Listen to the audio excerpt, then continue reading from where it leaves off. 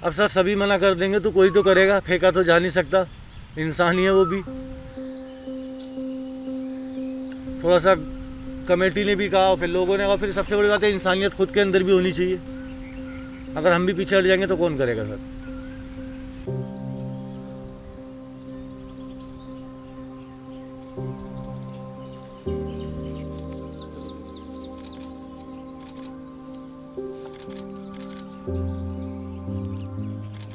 बस यही डर लगा रहता है कि सर बस कि हमें टच ना करना पड़े इसे।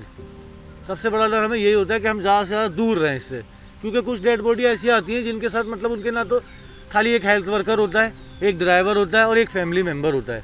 क्योंकि बहुत से लोग क्या है इस टाइम कोरोना की डेड बॉडियों से डर रहे हैं, वो आते ही नहीं हैं। तो उन बॉडियों में ये है कि हमको थोड़ा सा हेल्प करनी पड़ जाती है उनकी, तो उससे थोड़ा डर लगता है।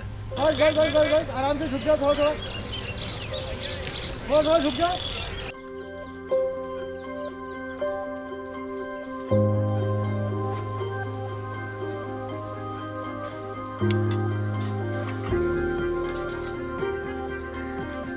अब डर तो यही है, निवाज पढ़ रहे हैं, रोजा रख रहे हैं कि हमारे मियाँ इस बीमारी से सही रहें, बीमारी पास ना आवे।